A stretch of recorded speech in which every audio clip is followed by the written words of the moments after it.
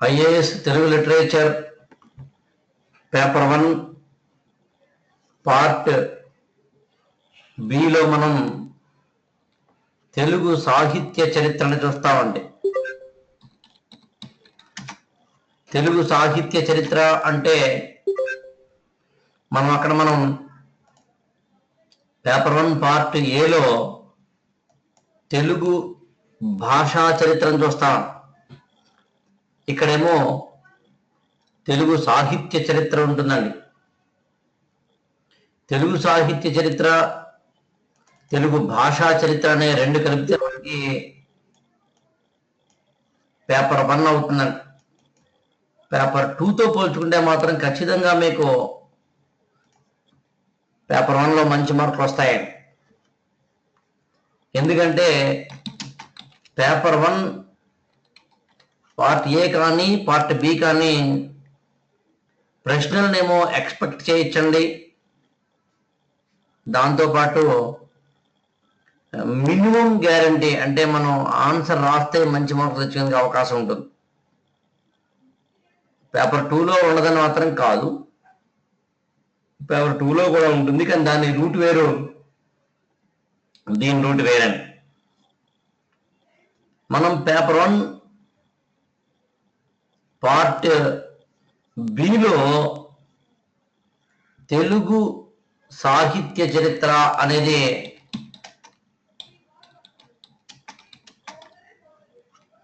తెలుగు సాహిత్య చరిత్ర అన్నదండి ఒక్క మాటలో చెప్పాలి అంటే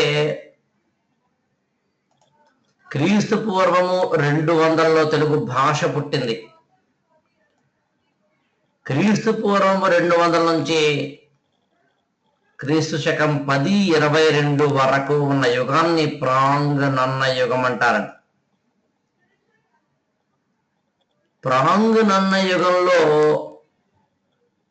సాహిత్యము ఉంది, కానీ అందులో మనకి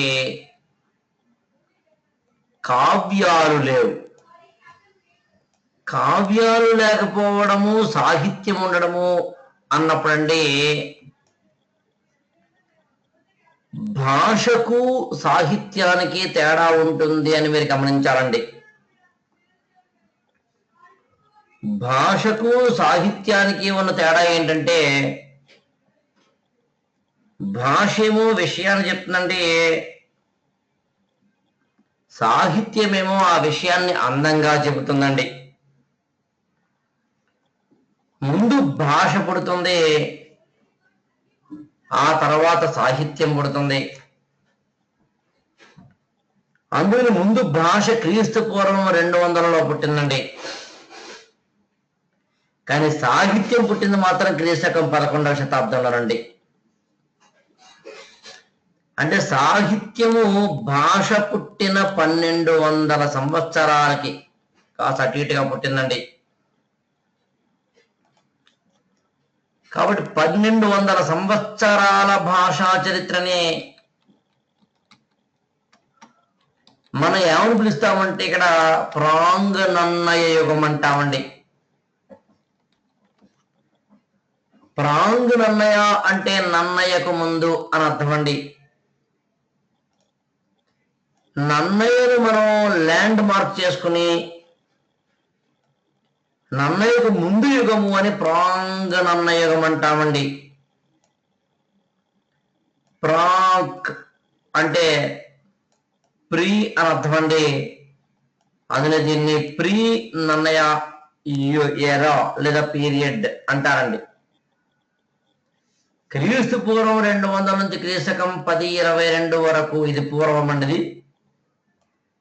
1022 వరకు ఉన్నదాన్ని ప్రాంగనన్న యుగం అంటామండి. ఈ యుగంలో శాసనాలు మాత్రమే ఉన్నాయండి. శాసనాలను ఇంగ్లీష్లో చెప్పాలంటే ఇన్స్క్రిప్షన్స్ అంటామండి.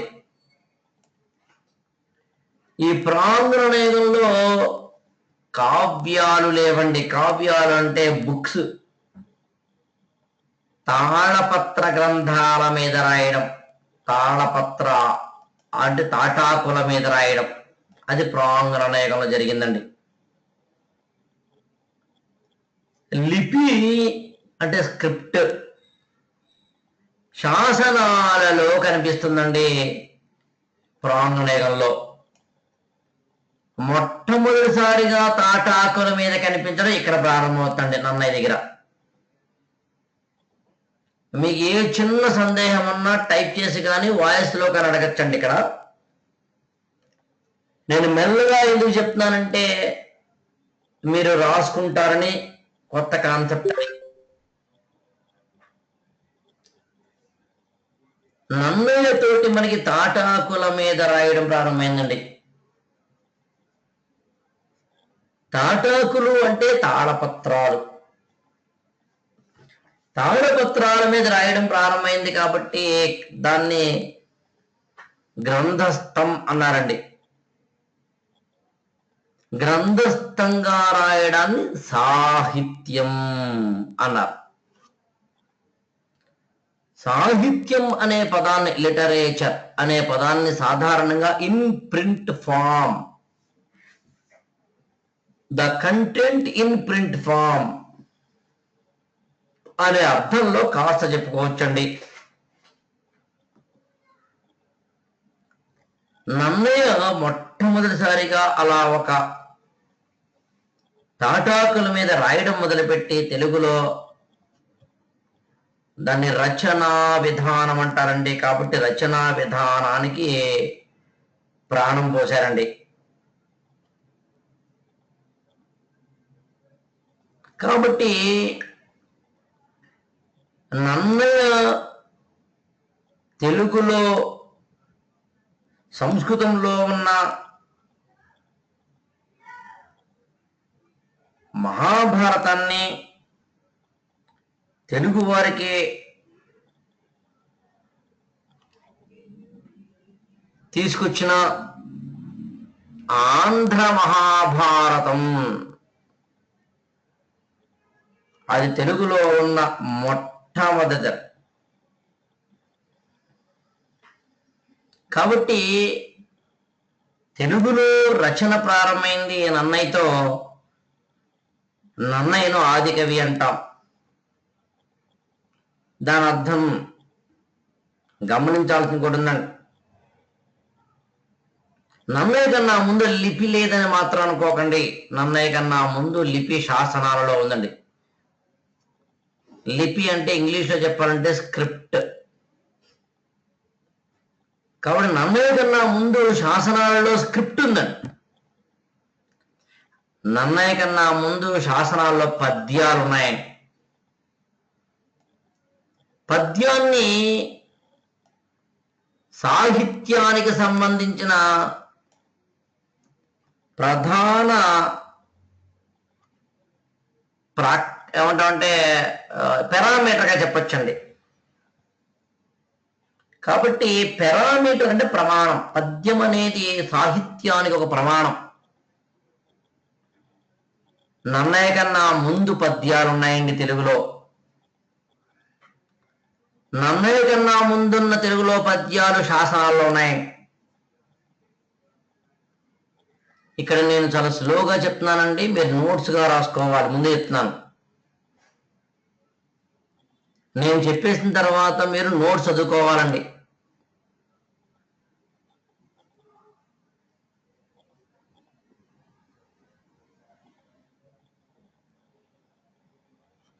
శ్వేత గారు, మీ యొక్క క్వశ్చన్ నాకు అర్థం కాలేదు. ఏది ఏమైనా నన్నయ్య కన్నా ముందు తెలుగులో కవిత్వం ఉంది. నన్నయ్య కన్నా ముందు తెలుగులో పద్యాలు ఉన్నాయి. నన్నయ్య కన్నా ముందున్న తెలుగులో ఉన్న పద్యాలు శాసనాల్లో ఉన్నాయి.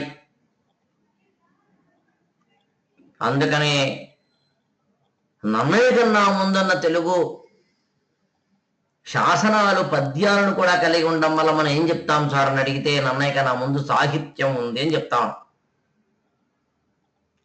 కానీ నన్నయ్య కన్నా ముందు తాటాకుల మీద రాసే సాహిత్యం లేదు. తాటాకులు అంటే తాళపత్రాలు అన్నాను. తాళపత్రాల మీద రాసేది లేకపోవడం వల్ల మనకి తాళపత్ర గ్రంథాల మీద రాయడం అన్నది తాళపత్రాల మీద రాయడం అంటే తాళపత్ర గ్రంథ రచన అన్నది మనకి నన్నయ్యతో ప్రారంభమైంది కాబట్టి సాహిత్యం నన్నయ్యతో ప్రారంభమైందని చెప్తాం. అందుకని నన్నయ్య మనం ఏమని చెప్తామంటే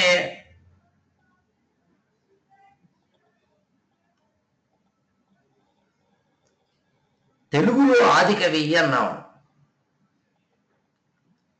ఇప్పుడు మీరు చూడాల్సింది ఏంటంటే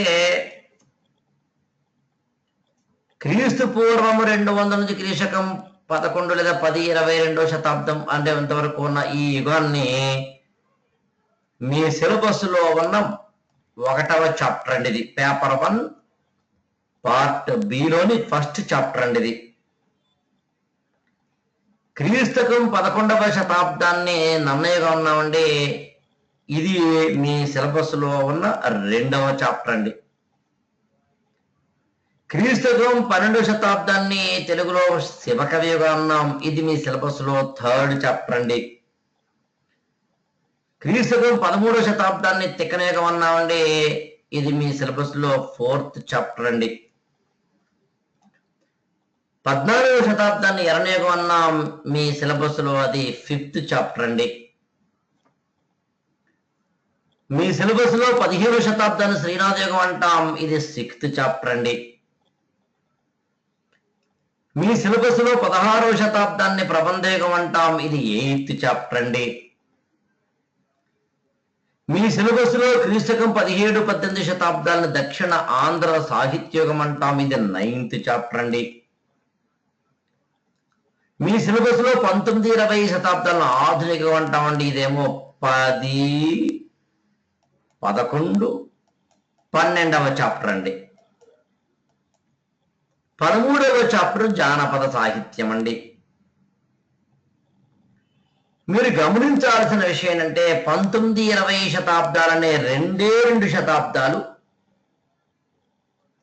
ఆధునికంగా పిలువబడుతున్న 3 చాప్టర్లలో ఉన్నాయన్న విషయం మీరు గమనించాలండి. మీకు ఎవరికి సందేహం రాలేదు కాబట్టి నేనే సందేహం వేసుకుంటానండి. 1వ చాప్టర్ది, 2వ చాప్టర్ది, 3వ చాప్టర్ది, 4, 5, 5, 6, 8 అన్నాను. మరి 7వ చాప్టర్ ఏమైపోయింది అని మీ సందేహం రావాలండి. మీకు ఆ సందేహం రాలేదు కాబట్టి నేనే వేసుకుంటానండి. 7వ చాప్టర్ని భక్తి యుగము అంటామండి. ఈ భక్తి యుగములో అన్నమయ్య, రామదాసు, త్యాగయ్య అని 3 ఉంటారు. అన్నమయ్య, రామదాసు, త్యాగయ్య అనే 3 కలిగిన ఈ 7వ చాప్టర్ లో మనకి భక్తి యుగము అని ఉంటుంది కాబట్టి శ్రీనాథ యుగానికి ప్రబంధ యుగానికి మధ్యగా మనం చదువుతామని మీరు చాలా ఆశ్చర్యపోయే విషయం ఏంటంటే ఒక ఆధునికానికి 3 చాప్టర్లు ఉన్నాయి కాబట్టి ఇక్కడ నుంచి ఎక్కువ ప్రశ్నలు వస్తాయని మాత్రమే మీరు గమనించాల్సి ఉంటుంది. అలాగే 1వ చాప్టర్ నుంచి 12వ చాప్టర్ వరకు ఉన్న ప్రధాంటోను కూడా మీకు మీ సిలబస్ 1 లేదా 2 ప్రశ్నలు చదివితే చాలు. మీ దగ్గర ఎవరి దగ్గరైనా సిలబస్ పేపర్ ఉంటే ఓపెన్ చేసుకోండి.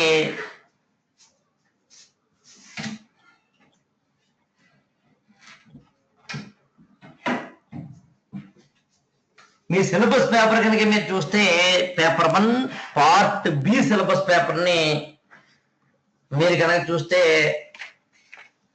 అందులో literature in pre Nannaya period, మార్గా అండ్ దేశీ ఉన్నాయండి. ఈ మార్గా అండ్ దేశీ literature Nannaya pre Nannaya period అనేది ఫస్ట్ చాప్టర్ నుంచి మీకు దయచేసి గమనించండి. 2 ప్రశ్నలండి. Nannaya period historical and literary background of Andhra Mahabharata. Nannaya యుగంలో 2వ చాప్టర్లో ఇక్కడ 1 ప్రశ్న ఉందండి. మహాభారత రచన వెనుక ఉన్న చారిత్రక సాహిత్య పరిస్థితులు చెప్పండి అని. శైవ పొయట్స్ అంటే 3వ చాప్టర్లో పరండి. ఇక్కడ శైవ పోయిట్స్ అండ్ దేర్ కాంట్రిబ్యూషన్, ద్విపద, శతక, రగడ, ఉదాహరణ అని ఉంటాయండి. ఇక్కడ మీరు కేవలం యాక్చువల్గా 4 ప్రశ్నలు ఉంటాయండి ఇక్కడ. ద్విపద, శతక, రగడ, ఉదాహరణ. 4వ చాప్టర్లో Tikkana and his place in Telugu literature అనే దాంట్లో ఒకటే ప్రశ్న ఉంటుందండి, అంటే 13వ శతాబ్దం నాడు. Errana and his literary works 14వ శతాబ్దం ఇక్కడండి. Errana and his literary works, Nachana Somana and his new approach to poetry అనే దాంట్లో ఇక్కడ 4 ప్రశ్నలు ఉంటాయండి. దాన్ని 4 కూడా అనకూడదు, 2, బట్ 4గా విభజిస్తాం మనం. 10 మార్కులు 15 మార్కులు వచ్చిన తర్వాత అది కూడా, లేకపోతే అంత అక్కలేదు.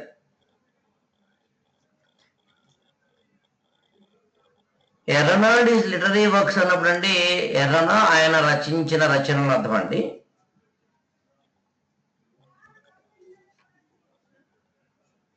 మనకి తెలుగులో చదివితే literature and pre Nannaya period అన్నప్పుడు ప్రాంగణ యుగంలో సాహిత్యం, మార్గదేశీ పొయిటరీ అంటేనేమో మార్గ మరియు దేశీ కవిత్వం, నన్నయ పీరియడ్ అంటే నన్నయుగము, historical literary background of Andhra Mahabharata అంటే ఆంధ్ర మహాభారతం యొక్క చారిత్రక సాహిత్యక పరిస్థితులు, శైవ పోయిట్స్ అంటే శివకవులు అండ్ దేర్ కాంట్రిబ్యూషన్ అంటే వారి యొక్క సేవ, ద్విపద, శతక, రగడ, ఉదాహరణ తెలుగు పదాలండి. Tikkana and his place in Telugu literature అంటే తెలుగు సాహిత్యంలో తిక్కన స్థానం అండి. Errana and his literary works అంటే ఎర్రనా అండ్ చేసిన రచనలు. Nachana Somana and his new approach to poetry అంటే నాచన సోముడు ఆయన యొక్క నవీన గుణం, నవీన దృష్టి. ఇక్కడ నాచన సోముడు అనే ఎర్రనతో పాటు నాచన సోముడు అనే కవి ఉంటాడండి. 6వ అధ్యాయం అంటే 15వ శతాబ్దంలో శ్రీనాథుడు అండ్ పోతన ఇద్దరు ఇక్కడ కవులు ఉన్నారండి. And there works and contribution, వారి యొక్క రచనలు, వారి సేవ. 7వ అధ్యాయం భక్తి poets in Telugu literature, Telugu సాహిత్యంలో భక్తి కవులు. తాళ్లపాక అన్నమయ్య, రామదాసు, త్యాగయ్య ముగ్గురు చదవమంటుందండి సిలబస్. 8వ అధ్యాయం అండి ఎవల్యూషన్ ఆఫ్ ప్రబంధ, ప్రబంధ పరిణామక్రమం. ఇక్కడ 7 శ్రీనాథ యుగ నుంచి 2 ప్రశ్నలండి, భక్తి కవుల నుంచి 3 ప్రశ్నలండి, 16వ శతాబ్దం నుంచి 1 ప్రశ్న అండి, అంటే 8వ చాప్టర్ అండి. ప్రబంధాస్ అండ్ కావ్యాన్ని ప్రబంధ, ఎవల్యూషన్ ఆఫ్ ప్రబంధ అంటే ప్రబంధ పరిణామక్రమం. దక్షిణాంధ్ర సాహిత్యం అంటే 17-18 శతాబ్దాల నుంచి అండి southern school of Telugu literature. Southern school అంటే దక్షిణాంధ్ర అర్థం. Southern school of Telugu literature అంటే తెలుగు లిటరేచర్, తెలుగు సాహిత్యం యొక్క దక్షిణాంధ్ర శాఖ. ఇందులో రఘునాథ నాయకుడు, చేమకూర వెంకటకవి. ఉమెన్ పోయిట్స్ అంటే మహిళా కవయిత్రులు. లిటరరీ ఫార్మ్స్ అంటే ప్రక్రియలు, అందులో యక్షగానం, వచనము, పదకవిత. ఇక్కడ మీకు 6 పాయింట్స్ ఉన్నాయండి, కానీ 5 క్వశ్చన్స్ అవుతాయండి. పదకవిత అన్నది ఇక్కడ శ్రీనాథ యుగానికి ప్రపంచ యుగానికి మధ్యలో ఉన్న 7వ చాప్టర్లో కవర్ అవుతుందండి. నెంబర్ ఆఫ్ క్వశ్చన్స్ చెప్తూ వెళ్తున్నాను సాయిది. మోడర్న్ తెలుగు లిటరేచర్ 10వ చాప్టర్ అండి, ఆధునిక సాహిత్య చరిత్ర. నోవెల్ అంటే నవల, short story, drama, playlet and poetic forms అంట. నోవెల్ అంటే అఫ్ కోర్స్ నవల అండి. షార్ట్ స్టోరీ అంటేనేమో కథానిక. డ్రామా అంటే నాటకం. ప్లేలెట్ అంటే నాటిక. పొయిటిక్ ఫార్మ్స్ అంటే కవితా రీతులు. ఇలా 10వ చాప్టర్ నుంచి మీకు 4 ప్రశ్నలు ఉంటాయండి. 11వ చాప్టర్ లిటరరీ మూమెంట్స్ అంటే ఉద్యమాలు. లిటరరీ మూమెంట్స్ అంటే సాహిత్య ఉద్యమాలు. అందులో రిఫార్మేషన్ అంటే సంస్కరణవాదం అండి. నేషనలిజం అంటే జాతీయవాదం అండి. న్యూ క్లాసిసిజం అంటే నవ్య సంప్రదాయవాదం అండి. రొమాంటిసిజం అంటే భావ కవిత్వం అండి. ప్రోగ్రెసివ్ అంటే అభ్యుదయవాదం అండి. రెవల్యూషనరీ అంటే విప్లవవాదం అండి. అంటే 11వ చాప్టర్ నుంచి 6 ప్రశ్నలు ఉన్నాయండి. 12వ అధ్యాయం నుంచి దిగంబర కవులు, ఫెమినిస్ట్ అంటే స్త్రీవాద, దళితవాద అంటే అక్కడ 3 ఉన్నాయండి. కాకుండా 13వ చాప్టర్ జానపద సాహిత్యం 1 ఉందండి. అంటే 3, 7, 8, 12, 14, 17, 18, 23, 31, 20, 27, 33, 36, 37 కాస్త అటుగా ఒక 40 ప్రశ్నలు ఉంటాయండి. ఇవి కూడా నిజానికి పేపర్ 1 పార్ట్ బి నుంచి అన్ని క్వశ్చన్స్ ఉండవు. 1, 2 ఓవర్ ల్యాప్ అవుతూ ఉంటాయి కాబట్టి ఉంటాయి అంతే. మళ్ళీ ఓవర్ ల్యాప్ కూడా చూసుకోవాలి మీరు. ఎలా చూసుకున్నా కూడా మీకు పేపర్ 1 పార్ట్ బి నుంచి గట్టిగా ఒక 25 ప్రశ్నల్ని కనుక మీరు చదివితే అన్ని మార్కులు వస్తాయంటే అన్ని మార్కులు వస్తాయండి. ఇది మొదటి పాయింట్ అండి. ఇక్కడ గమనించాల్సింది ఉంటుందండి. ఏంటంటే అది ఇప్పుడు నేను చెప్పబోయే మాటల్ని చాలా కేర్ఫుల్గా వినండి. సాధారణంగా మీకండి ఒక ప్రశ్నని ఒక సమాధానాన్ని చాప్టర్ వైజ్ తీసుకోవడం చాలా ఈజీ అని. కానీ అంత మాత్రాన మీకు అంటే అలా చేయడం వల్ల మీకు కాన్సెప్ట్ క్లారిటీ రాదండి. ఈ 40 కూడా అక్కర్లేదండి. 25 to 30 చదివితే మీకు పేపర్ 1 పార్ట్ బి లోంచి మంచి మార్కులు వస్తాయండి. ఖచ్చితంగా వస్తాయండి. ఏదో వచ్చేది రిపిటేషన్స్ ఉంటాయి. వాటిని చూసుకుంటే అంటే ఆ రిపిటేషన్స్ కలుపుకుంటే 40 ప్రశ్నలు. రిపిటేషన్స్ కూడా లేకపోతే జస్ట్ 25 to 30 మ్యాక్స్. ఇప్పుడు నేను చెప్పబోయే మాటలతో జాగ్రత్తగా వినండి. ఏమైనా డౌట్స్ ఉంటే వెంటనే అడగండి. నన్నయ్య అంటే సంస్కృతంలో ఉన్న వ్యాసుడు రచించిన మహాభారతాన్ని తెలుగులోకి తీసుకొచ్చే ప్రయత్నం చేశారండి. నన్నయ్య అంటే ఈ ప్రాంగం అనేది ఇది ఒకసారి పక్కన పెడతాం. మనం ఇక్కడ నుంచి డిస్కషన్ చేస్తున్నామండి. నన్నయ్య సంస్కృతంలో ఉన్న వ్యాసుడు రచించిన మహాభారతాన్ని తెలుగులోకి తీసుకొచ్చే ప్రయత్నం చేశారండి. మహాభారతాన్ని ఇతిహాసం అంటారండి. ఇతిహాసం అంటే ఏంటో నేను పేపర్ 2లో ఆల్రెడీ చెప్పానండి. ఇతిహాసము అంటే ఒక వంశ చరిత్ర. మహాభారతం అనేది చంద్రవంశ రాజుల చరిత్ర అండి. మనం పేపర్ 2లో శకుంతలోపాఖ్యానంలో దుష్యంతుడి కన్నా ముందు ఎవరెవరు రాజులు వాళ్ళ కొడుకుల పేర్లు ఏంటో మనకు ఒక లిస్ట్ ఉంటుందని చూడండి కావాలంటే. అదే వంశ చరిత్ర అంటే. ఇతిహాసం అనేది ఒక ప్రక్రియ పేరండి. ప్రక్రియ అంటే ఏంటి, ఏం చెప్పగలం? షార్ట్ ఫిల్మ్ ఒక ప్రక్రియ, ఫీచర్ ఫిల్మ్ ఒక ప్రక్రియ. ట్విట్టర్, ఫేస్బుక్ రెండు సామాజిక మాధ్యమాలు, తేడా ఉంటుంది. ఐఓఎస్, ఆండ్రాయిడ్ తేడా ఉంటుంది. ఇలా ఎలా చూసుకున్నా ఇతిహాసం అనేది ఒక ప్రక్రియ. వేదాలు ఒక ప్రక్రియ, ఉపనిషత్తులు ఒక ప్రక్రియ, పురాణాలు ఒక ప్రక్రియ, కావ్యాలు ఒక ప్రక్రియ, ఇతిహాసాలు ఒక ప్రక్రియ, ప్రబంధం ఒక ప్రక్రియ. వెర్షన్స్ అండి.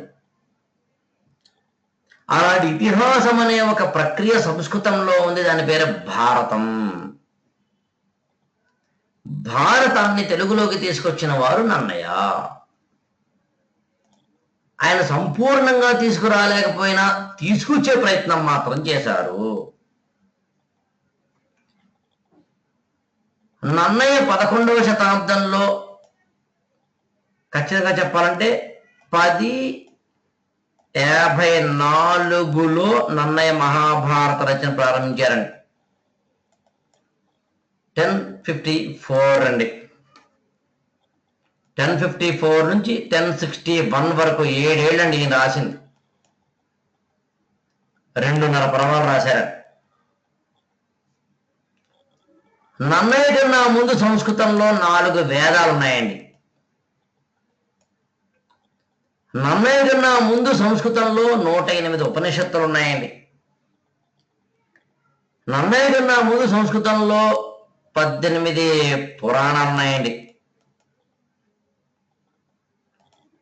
నన్నయ్య కన్నా ముందు సంస్కృతంలో వాల్మీకి రామాయణం ఉందండి. మరి అలాంటప్పుడు ఒక్క మాట చెప్పాలి అంటే నన్నయ్య వేదాల్ని కానీ, ఉపనిషత్తుల్ని కానీ, పురాణాల్ని కానీ, వాల్మీకి రామాయణాన్ని కానీ ఎందుకు తెలుగులోకి అనువదించే ప్రయత్నం చేయలేదు? నన్నయ్య కన్నా ముందే సంస్కృతంలో వేదాలు, ఉపనిషత్తులు, పురాణాలు, ఇతిహాసము, కావ్యాలు ఉండగా వాల్మీకి రామాయణాన్ని నన్నయ్య తీసుకురాలేదు. వై? వేదాన్ని నన్నయ్య టచ్ చేయలేదు. వై? ఉపనిషత్తులో ఏదో ఉపనిషత్తు తీసుకోలేదు. వై? మరి ఇలాంటప్పుడు ఎందుకని మనకి, ఏ కారణం చేత మనకి ఒక్క మాట చెప్పాలి అంటే అన్నయ్య కాళిదాసు అభిజ్ఞాన శాకుంతలం ఉందండి, మాళవికాగ్నిమిత్రం ఉందండి, ఋతు సంహారం ఉంది, మేఘ సందేశం ఉంది. ఇవేమీ తీసుకోకుండా ఎందుకు నన్నయ్య మహాభారతాన్ని టచ్ చేశారు? What could be the reason for Nannaya to translate Mahabharata into Telugu అన్న ఒక్క పాయింట్, ఒక ప్రశ్న మీ మదిలో మెదిలితే నన్నయ్య మహాభారతమే ఎందుకు రాయాలి సార్? నన్నయ్య రామాయణమో మరొకటో ఎందుకు రాయలేదు సార్? నన్నయ్యకి మహాభారతం తెలుగులో తీసుకురావాల్సిన అవసరం ఎలా ఏర్పడింది సార్? ఆయనకి రాముడు అంటే ఇష్టం లేదా? కృష్ణుడు అంటే ఇష్టమా? రామాయణం ఈజీ అండి, 6 ఖండాలతో అయిపోతుంది. మహాభారతం కష్టం అండి, 18 పర్వాలు. కాళిదాసు అభిజ్ఞాన శాకుంతలము, మేఘ సందేశము, లేకపోతే ఋతు సంహారము తీసుకుంటే చాలా చక్కటి రొమాన్స్కి రొమాన్స్ ఉంటుందండి, పొయిట్రీకి పొయిట్రీ ఉంటుందండి. Kalidasa was wonderful poet. Why Nannaya didn't consider Kalidasa poetry to translate into Telugu అన్న ఒక్క క్వశ్చన్ కనుక మీ మధ్యలో మెదిలితే, అలా ప్రోబింగ్ లో మీరు చదివితే మీకు పేపర్ 1 పార్ట్ బిలో ఉన్న 2వ చాప్టర్ పూర్తవుతుందండి. ఏంటి ఆ 2వ చాప్టర్ అంటే historical and literary background of Andhra Mahabharata. Historical and literary background of Andhra Mahabharata. Andhra Mahabharatam యొక్క చారిత్రక సాహిత్య పరిస్థితి, సాహిత్య చారిత్రక పరిస్థితి అండి. సరే, మొత్తం మీద నన్నయ్య 2.5 పర్వాలు రచించారు. 2.5, మొత్తం 18 పర్వాలండి మహాభారతంలో. ఆది పర్వము, సభా పర్వము, అరణ్య పర్వము, ఉద్యోగ పర్వము, విరాట పర్వము, ఉద్యోగ పర్వం మొదలుకొనలా మహాప్రస్థాన పర్వము, స్వర్గారోహణ పర్వం అనే 17-18 పర్వాలతోటి మహాభారతం ముగుస్తుంది. అప్పుడు మనకి రావాల్సిన ప్రశ్న ఏంటంటే, ఎందుకు మరి నన్నయ్య మహాభారతాన్ని రచించారు అని చెప్పుకున్నట్టుగానే రెండవ ప్రశ్నగా మనకి ఏమవుతుందంటే, నన్నయ్య 2.5 పర్వాలు మహాభారతం రచించిన తర్వాత మరణించారు. కాబట్టి నన్నయ్య మహాభారతాన్ని ఒక్క మాట చెప్పాలి అంటే, తర్వాత వచ్చిన, అంటే ఆయన మరణించిన తర్వాత వచ్చిన శివకవులు ఏం చేయాలంటే, 12వ శతాబ్దంలో ఉన్న శివకవులు ఏం చేయాలి? నన్నయ్య మహాభారతాన్ని మిగిలిపోయిన దాన్ని కంటిన్యూ చేయాలి. ఒక గవర్నమెంట్ టైంలో ప్రారంభించిన మెట్రో రైలు ఎలాగైతే తర్వాత గవర్నమెంట్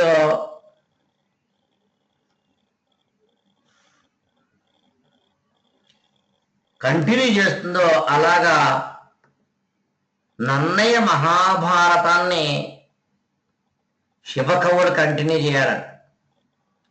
11వ శతాబ్దంలో ఆగిపోయిన మహాభారత రచనని 12వ శతాబ్దంలో శివకవులు ప్రారంభించలేదని, పునః ప్రారంభించలేదని. నన్నయ్య విడిచిపెట్టిన ఈ మహాభారతము 2.5 పర్వాల రచనని తిరిగి కొనసాగించిన వారి పేరు తిక్కన.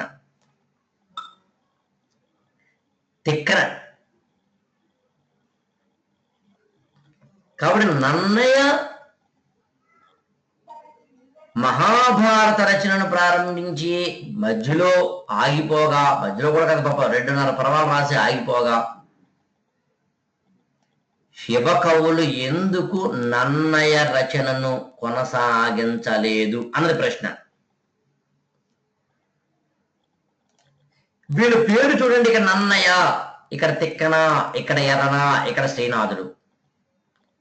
ఈ 4 సందర్భాల్లో కవుల పేరు మీద యుగాలు ఏర్పడ్డాయి. నన్నయ్య యుగకర్త, తిక్కన యుగకర్త, ఎర్రన యుగకర్త, శ్రీనాథ యుగకర్త. శివకవి దగ్గర వచ్చేసరికండి, శివకవి అంటే ఒక వ్యక్తి పేరు కాదు. This not a proper name. ఇది ఒక వ్యక్తి పేరు కాదండి. శివకవి అన్నది వ్యక్తి పేరు కాదు.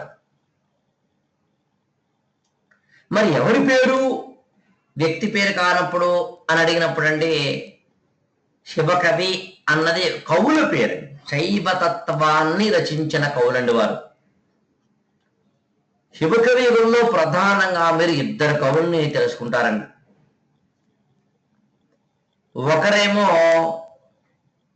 నన్నెచోడుడు, మరొకరేమో పాల్కురికి సోమనాథుడు. పాల్కురికి సోమనాథుడు, నన్నెచోడుడు అనే 2 కవుల్ని మనము తెలుగులో ప్రధాన శివ కవులు అంటామండి. ఇంకా ఉన్నారు, మల్లికార్జున పండితులు లాంటి వాళ్ళు ఉన్నారు. అంటే 12వ శతాబ్దం దగ్గర వచ్చేసరికి మనకి 2 కవులతోటి, వారితో పాటు ఇతర కవులతోటి కలిపి మొత్తం మీద అందరు కవులు ఒకటే రాశారు. ఏం రాశారంటే శివుడు శివుడు శివుడు శివుడు. శైవ తత్వాన్ని మాత్రమే తెలుగులోకి తీసుకురావాలన్న తపనతోటి శివ కవులు ఉన్నారు. శైవము అంటే వైష్ణవానికి వ్యతిరేకం అండి. వైష్ణవువు అంటే విష్ణుమూర్తి, విష్ణుమూర్తికి అవతారం కృష్ణుడు, కృష్ణుడు ఉన్న ప్రధాన కథ భారతం అండి. అంటే నన్నయ మహాభారతం ప్రధాన కథ ఏమిటి అనుకుంటున్నారండి? కృష్ణుడి కథ. ఆ విషయాన్ని మహాభారతంలో నన్నయ్య చెప్తారు. కృష్ణార్జున గుణ కీర్తనము ఆయన చెప్తాడు. Mahabharatam is nothing but the main story of Mr. Lord Krishna and Mr. Arjuna. That's all. Mahabharatam is nothing but, the main theme is nothing but the story of Krishna and Arjuna. ఆ విషయం నన్నయ్య చెప్పారు.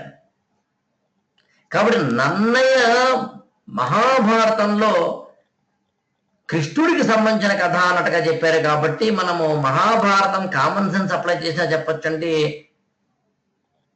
The main what we call the personality behind Pandavas is nothing but mister Krishna.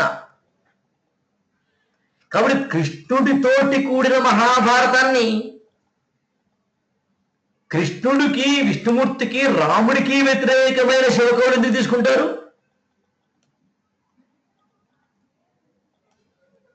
ఇదేమో BJP party, ఇదేమో communist party, ఇదేమో Congress party, ఇదేమో TRS party. అట్నోడు వాళ్ళదాన్ని వీళ్ళెందుకు continue చేస్తారు? Continue చేయరు.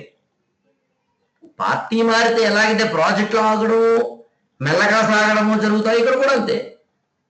కాబట్టి నన్నయ్య తర్వాత వచ్చిన శివకవులు నన్నయ్య రచనని ఆపడం అనేది అత్యంత మామూలు విషయం. అప్పుడు మనకి రావాల్సిన సందేహం ఏంటంటే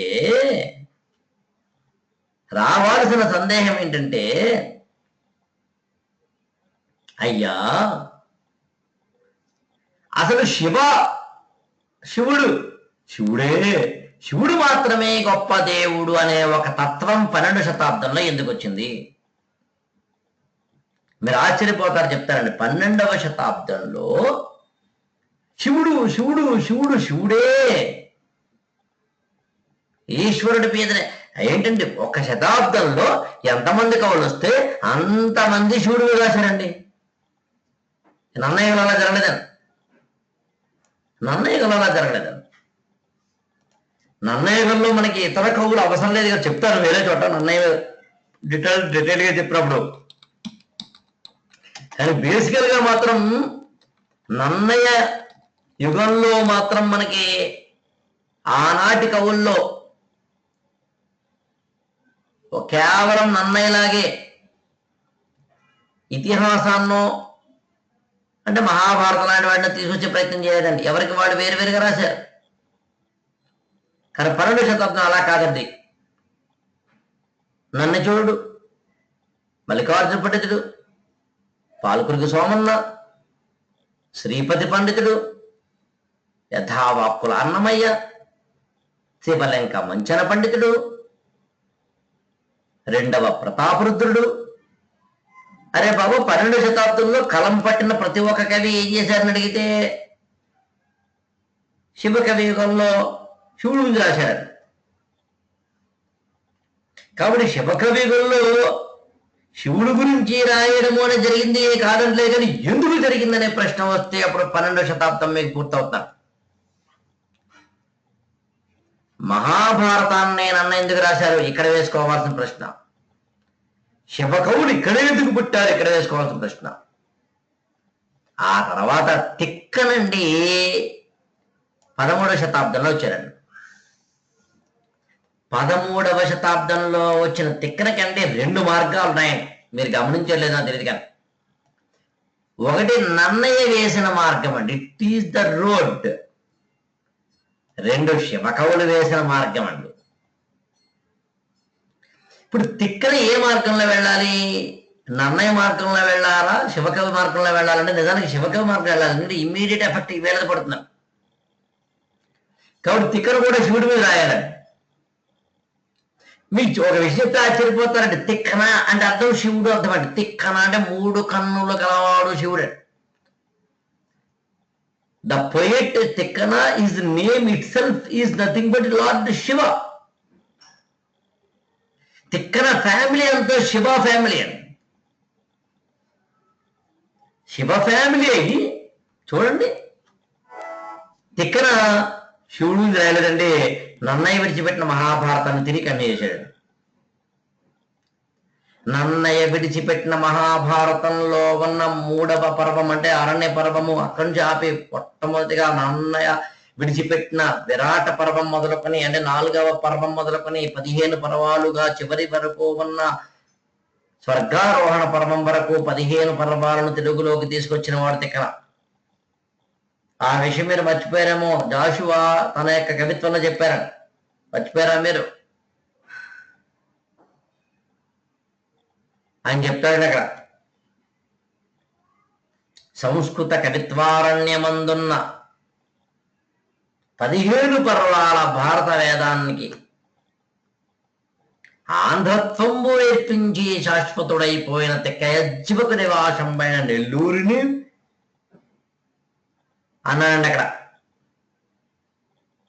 యతియు ప్రాసయుడేని సంస్కృత కవిత్వారణ్యమందున 15 పర్వములకు. అప్పుడు మనకేం డౌట్ రావాలంటే, ఎందుకు తిక్కన నన్నయ్య బాటలో నడిచాడు, శివకవి బాటలో నడవలేదు? ఇక్కడ మీరు ఇంకో విషయం కూడా గమనించాలండి. నన్నయ్య మహాభారతం తీసుకొచ్చే ప్రయత్నం ప్రారంభించారు. శివకవులు శివుడు గురించి చెప్పారు. విచిత్రం అంటే తిక్కన రాసిన మొదటిది రామాయణం అని. తిక్కన రామాయణం రచించారు. తిక్కన తర్వాత భారతాన్ని రచించారు. అంటే తిక్కనకి మొదట నన్నయ్య విడిచిపెట్టిన భారతాన్ని తెలుగులోకి తీసుకురావాలన్న ఉద్దేశము లేదా. వీరిద్దరికన్నా భిన్నంగా రామాయణంతో the journey of mister Tikkana started. మీరు ఆశ్చర్యపోతారు చెప్తాను, తిక్కన చాలా లేట్ వయసులో అంటే ఏమంటాం ముసలితనం ఆ ప్రాంతంలో మహాభారతం రచిస్తాడు. అందులో మీరు అలా చూసినప్పుడు మీకు ఏమర్థం అవ్వాలంటే, ఒక్క మాట చెప్పాలంటే, నన్నయ్య మార్గము శివకవి మార్గము ఉండగా తిక్కన తన జీవితపు తొలి దశలో ఇద్దరి మార్గాన్ని ఎంచుకోకుండా కొత్త మార్గమైన రామాయణం ఎంచుకుని ఆయన యొక్క ముసలి వయసు అనే పదం వాడకూడదు, మీకు అర్థమయ్యేందుకు వాడుతున్నాను, కానీ later phase of his life Tikkana Mahabharatam రచించి నన్నయ్య మార్గంలో వెళ్ళారు. కానీ మీరు ఆ విషయం గమనించాలి, నన్నయ్యనండి పండితుల కోసం రాసిన కవిత్వం అండి. శివకవులది పామరుల కోసం రాసిన కవిత్వం అండి. Class mass. నన్నయ్యది క్లాస్, శివకవిది మాస్. మీరు చెప్తే ఆశ్చర్యపోతారంటే, తిక్కన కంటెంట్ పరంగా నన్నయ్యను ఫాలో అయ్యాడండి, లాంగ్వేజ్ పరంగా శివకవులని ఫాలో అయ్యాడు. So Nannaya restarted Mahabharata from Nannaya. అలాగే తిక్కన శివకవుల లాంగ్వేజ్ తీసుకున్నాడు. భాష ఏమో శివకవులది, ఇతివృత్తమేమో నన్నయ్య వదిలేసిన మహాభారతం ఉన్నది. మొత్తమే తిక్కనలో అంతకు ముందున్న 2 రహదారులు కలిసి కొత్త రూపంలో కనిపిస్తాయని చెప్పవచ్చు. ఈలోగా ఎర్రనేగం వచ్చిందట.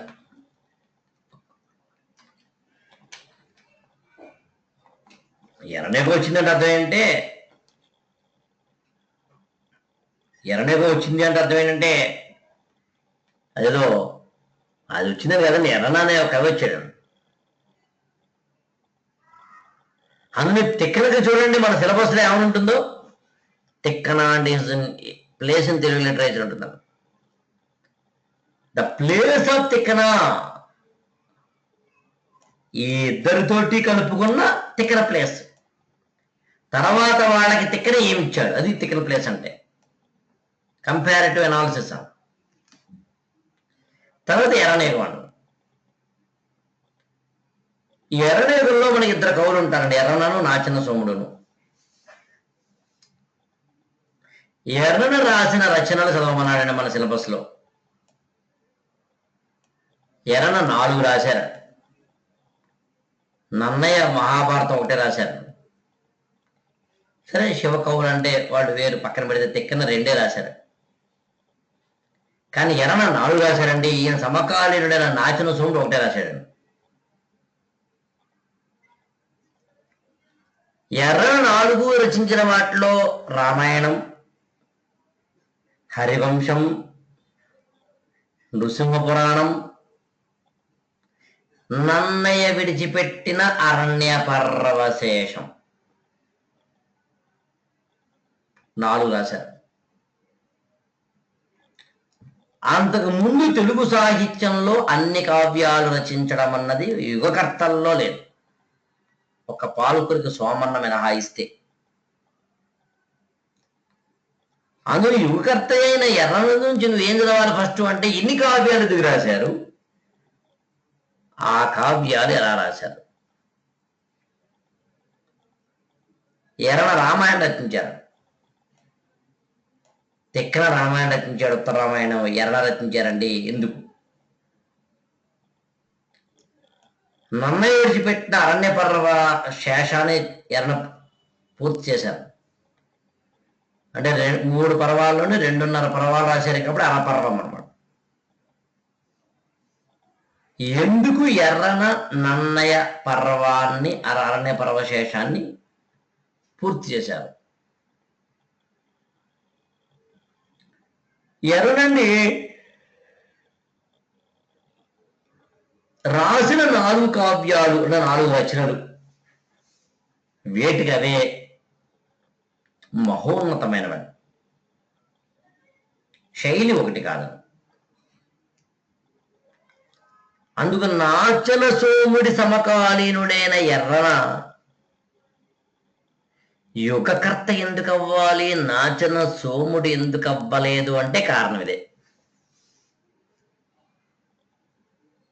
ఎర్రన చేసిన రచనలు చాలా గొప్పగా ఉన్నాయి. నాచన సోముడి రచనల కన్నా నాచన సోముడు ఉత్తర హరివంశం రచించారు, ఎర్రనేమో హరివంశం రచించారండి.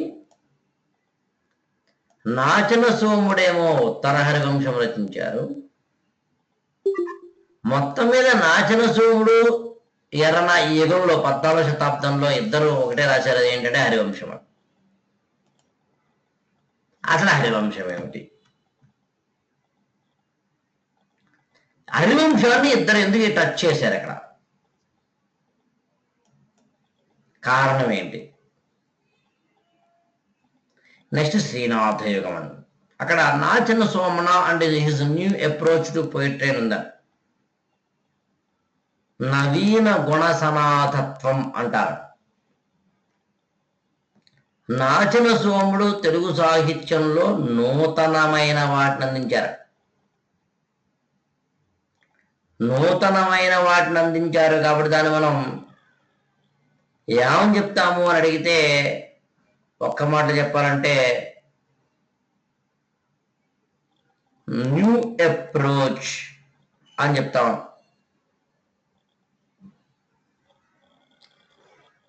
తర్వాత శ్రీనాథాలు పోతన 15వ శతాబ్దంలో.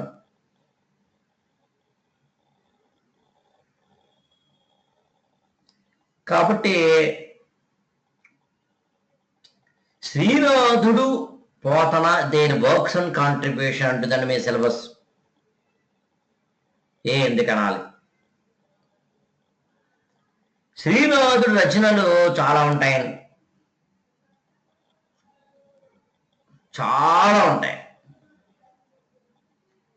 అవి ఏంటి అనేది మనం అక్కడ చెప్పుకుంటాం. శ్రీనాథుడు చేసిన రచనలు మీరు చెప్తే ఆశ్చర్యపోతారు.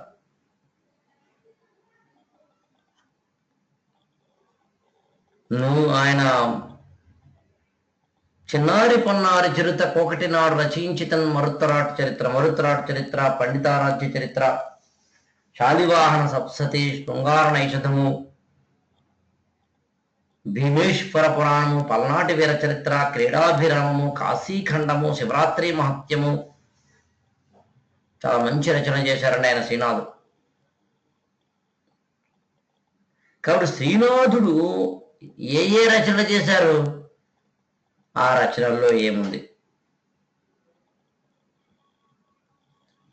అలాగే పోతన వీరభద్ర విజయ రచించారండి. పోతన భాగవతం రచించారండి.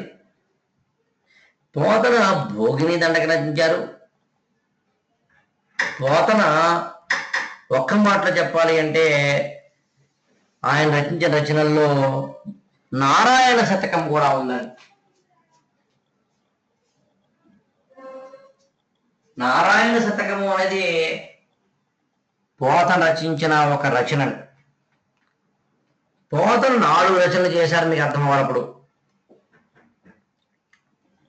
అంటే పోతన చేసిన రచనల్లో 4 ఉన్నాయి, శ్రీనాథుడేమో 10-12 దాకా ఉంటాయని. వాళ్ళిద్దరి రచనల్ని కొంత తులనాత్మకంగా చదవమని చెప్తోందండి 15వ శతాబ్దంలోని సాహిత్యం అంటే మీ యొక్క 6వ అధ్యాయం. ఇక్కడ కూడా మీరు గమనించాల్సి ఏంటంటే ప్రతి చోట అంతే క్వశ్చనింగే. ఎందుకు ఆయన అన్ని రచించాడు? ఒక మాట చెప్పాలంటే, ఇప్పుడు శ్రీ వీరభద్ర విజయం అనేది శైవమని, పోతన రచించిన రచనలో శైవమని. ఆయన రచించిన భాగవతం వైష్ణవం అని, క్వైట్ ఆపోజిట్ అని. శ్రీనాథుడు చేసిన రచనల్లో 4-5 శైవం ఉంటాయి. అంటే శివ కవులు ఇచ్చిన శైవం అనే ఒక బీజము తిక్కన మీద ఎఫెక్ట్ ఉందండి, ఎర్రన మీద కూడా ఎఫెక్ట్ ఉందండి. నిజమే, ఎర్రన ఒక వైష్ణవ కవేనండి, కానీ ఎర్రన ఫ్యామిలీ అంతా శైవమ. శ్రీనాథుడు ఉందండి, పోతన మీద ఉందండి, శివకవులు అంటే ఇలా వీరందరినీ ఎఫెక్ట్ ఇచ్చారండి వాళ్ళు. తర్వాత ప్రబంధం యోగం మీద ఉంటుందండి, అక్కడ వచ్చి చెప్తాను మీకు. అంటే మీరు అర్థమవుతుంది తెలియదు కానీ ఒక దాంట్లో నుంచి కూడా పుడతాయండి. మీరు అలా చదవకపోతే అక్కడ మీకేం అర్థం కాదు. శ్రీనాథ యుగం తర్వాత మీ సిలబస్లో ఉన్నదండి భక్తి యుగం అని. అక్కడ భక్తి పోయిట్స్ ఇన్ తెలుగు లిటరేచర్ అని ఉంటుందండి. అని తాళ్లపాక అన్నమయ్య, భక్త రామదాసు, కాకర్ల త్యాగరాజు, ఈ ముగ్గురు మీ యొక్క సిలబస్లో ఉన్నారండి. ఆ ముగ్గురిని మీరు తులనాత్మకంగానూ చదవాలి, విడివిడిగానూ చదవాలి. విడివిడిగా చదివితే ఆటోమేటిక్గా తులనాత్మకంగా చదవడం అవుతుంది. ఇందా నేను చెప్పిన 25 క్వశ్చన్స్ 40 క్వశ్చన్స్ అని అక్కడే ఓవర్లాపింగ్. అంటే అన్నమయ్య గురించి మీకు తెలుసండి, లేకపోతే అన్నమయ్య సినిమా చూడండి. రామదాసు గురించి కూడా మీకు తెలుసు, త్యాగయ్య గురించి కూడా కొద్ది గొప్ప మీకు తెలుసండి. ఈ ముగ్గురు కవులు ఏ విధంగా తమ తమ యొక్క రచననిచ్చారు అన్నట్టు ముగ్గురికి సమానమైన సాధారణ అంశాలు ఏంటని అడిగితే భక్తి. అన్నమయ్యకు వెంకటేశ్వర స్వామి భక్తి అండి, భక్త రామదాసుకేమో భద్రాచల రాముడి మీద భక్తి అండి, త్యాగయ్యకేమో రాముడి మీద భక్తి. ఈ ముగ్గురు భక్తి కవుల్లోనూ ఉన్న ఇంకొక సాధారణమైన అంశం ఏంటంటే, ఉమ్మడి అంశం ఏంటంటే, కామన్ పాయింట్ ఏంటంటే సామాజికత. నిండారు రాజు నిద్రించు నిద్రయునొకటే, అండనే బంటు నిద్ర అదియునొకటే. మెండైన బ్రాహ్మణుడు మెట్టు భూమి ఒకటే, చండాలుడు ఉండేటి సరిభూమి ఒకటే.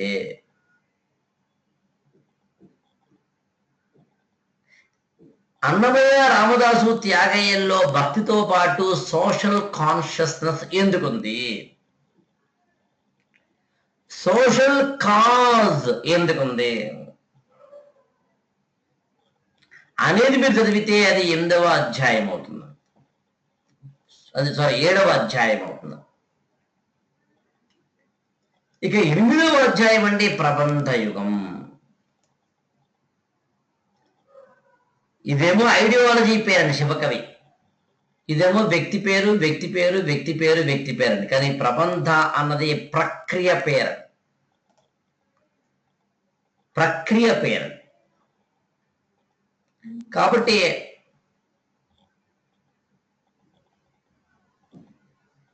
ఒక్క మాటలో చెప్పాలి అంటే ఎవల్యూషన్ ఆఫ్ ప్రబంధ అన్నప్పుడు ప్రబంధం అనే ప్రక్రియ ఎలా వచ్చింది,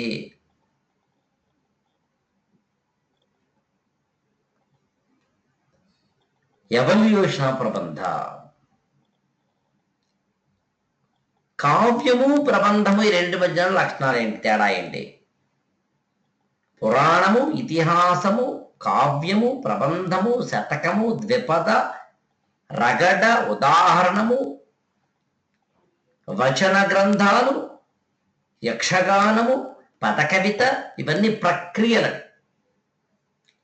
లక్షణాల్లో తేడాలు ఉన్నవన్నీ ప్రక్రియలు. ఇక్కడ చూడండి, దక్షిణాంధ్ర సాహిత్య యుగం, southern school of Telugu literature అంటారు దీన్ని. దక్షిణాంధ్ర సాహిత్య యుగం అనేదండి నిజానికి మీరు ఆశ్చర్యపోతా చెప్తే ఇది తమిళనాడులోని మధుర తంజావూరు, మధురై అంటామండి, మధుర మీనాక్షి, తంజావూరులోను మధురైలోను జరిగిన ప్రధానమైన సాహిత్యాన్ని కలిపి దక్షిణాంధ్ర సాహిత్యం అంటారు. దక్షిణాంధ్ర సాహిత్యం అనేది తెలుగు నేలలో జరగలేదండి, తంజావూరు మధురలో జరిగింది. అందులో ముఖ్యంగా తంజావూరు. అక్కడ ఉన్న వాళ్ళు రఘునాథ నాయకుడు చేమకూర వెంకట కవి ఇద్దరు ప్రధాన కవులండి. అంతకుముందు తెలుగు సాహిత్యంలో నుండి కవయిత్రులు తక్కువ. అసలు తెలుగులో మొట్టమొదటగా కవయిత్రులు ప్రోలమ్మ చానమ్మ అని అత్తా కోడళ్ళండి తిక్కనిగంలో వచ్చారు. ఆ తర్వాత మళ్ళీ మనకి కవయిత్రి ఎవరైనా కనిపిస్తారంటే ఇక్కడ కనిపిస్తారండి, శ్రీనాథయుగంలో తాళ్లపాక తిమ్మక్క. అంతే, తెలుగు సాహిత్యం ప్రారంభమైన 200 సంవత్సరాల వరకు అసలు తెలుగులో కవయిత్రులు లేరండి. ఉన్నాయి. ఈ 13వ శతాబ్దంలో వచ్చిన కవయిత్రులు ఇద్దరు కూడా ప్రోలమ్మ చానమ్మ అనేది, ప్రోలమ్మ ఒక పద్యము చానమ్మ ఒక పద్యం మాత్రమే చెప్పారు. శ్రీనాథయుగంలో సమకాలీనంగా చూస్తున్న మనకి తాళ్లపాక తిమ్మక్క అనే అన్నమయ్య గారి పెద్ద భార్య రచించిన సుభద్రా కళ్యాణము అనే రచన తెలుగులో కవిత్వ రాసిన మొదటి కవిత్వం. అయితే ద్విపదలో ఉంది. మళ్ళీ మనకి కవిత్వం రాసిన వారు ఎవరయ్యా అంటే ప్రబంధ యుగానికి దక్షిణాంధ్ర సాహిత్య యుగానికి మధ్యలో ఉన్న మన సిలబస్ లో సెకండ్ పేపర్లో ఉన్న మొదలెట్. అంటే అసలు తెలుగు సాహిత్యం ప్రారంభమైన నన్నయుగం నుంచి అండి దక్షిణాంధ్ర సాహిత్యం ఎంటర్ అయ్యేంత వరకు తెలుగులో ఉన్న కవయిత్రులు ఓన్లీ 4. అందులో మళ్ళీ కాస్త పేరు తెచ్చుకున్నప్పుడు ఒకళ్ళే మొల్ల. కానీ దక్షిణాంధ్ర సాహిత్యంలో చాలా గొప్ప కవయిత్రులు 20 మంది ఉంటారండి. 20. మెండ మీకు ఏం డౌట్ రావాలి? దక్షిణాంధ్ర సాహిత్యకంలో కవయిత్రులు 20 మంది రచనలు చేయడానికి కారణాలు ఏమిటి? ఎక్కడైనా మీకు క్వశ్చన్ అదే. నన్నయ్య, వై నన్నయ్య మహాభారతం రాశారు. వై శివకవులు శివుణ్ణి పట్టుకున్నారు. Why Tikkana, Errana why, Srinatha why, ప్రబంధ వై, దక్షిణాంధ్ర వై, వై వై వై. తమిళనాడులోనే ఎందుకు తెలుగు సాహిత్యం పెరగాలి? వై. దక్షిణాంధ్ర సాహిత్యం అనే దాంట్లో కవయిత్రులు ఎక్కువ ఉండాలి? వై. అన్నమయ్య భక్తితో పాటు సామాజికత చెప్పాడు? వై. శివకవుల్లోనూ సామాజికత, అన్నమయ్యలోనూ తేడా ఏంటి? వై. యక్షగానం అనేది దక్షిణాంధ్ర సాహిత్యంలో పుట్టింది? వై. అది యక్షగానం అంటే ఏంటి? ఇవన్నీ మనం చదువుతాం. ఇక 19వ శతాబ్దంలో ఆధునిక గమనం. దీనంతా డిస్కషను వేరండి, దీని ఒక్క డిస్కషన్ వేరు. ఇది వచ్చినప్పుడు చెప్తాను. సో రేపటి క్లాస్లో మనం ఏం చేస్తామంటే ఇక్కడ మొదలుకొని ఇక్కడి వరకు టోటల్ ఈ యుగాలన్నింటినీ చెప్పుకోవడంతో సెకండ్ పేపర్ 1 పార్ట్ బి పూర్తవుతుంది. సెకండ్ పార్ట్ ఆఫ్ పేపర్ 1 పూర్తవుతుంది. ఆల్రెడీ ఈ వీడియో నేను తయారు చేసి మీకు ఇవ్వడం కూడా జరిగింది. బట్ అయినా నేను మీకు చెప్పడం అనేది నా ధర్మం కాబట్టి మళ్ళీ చెప్తానండి.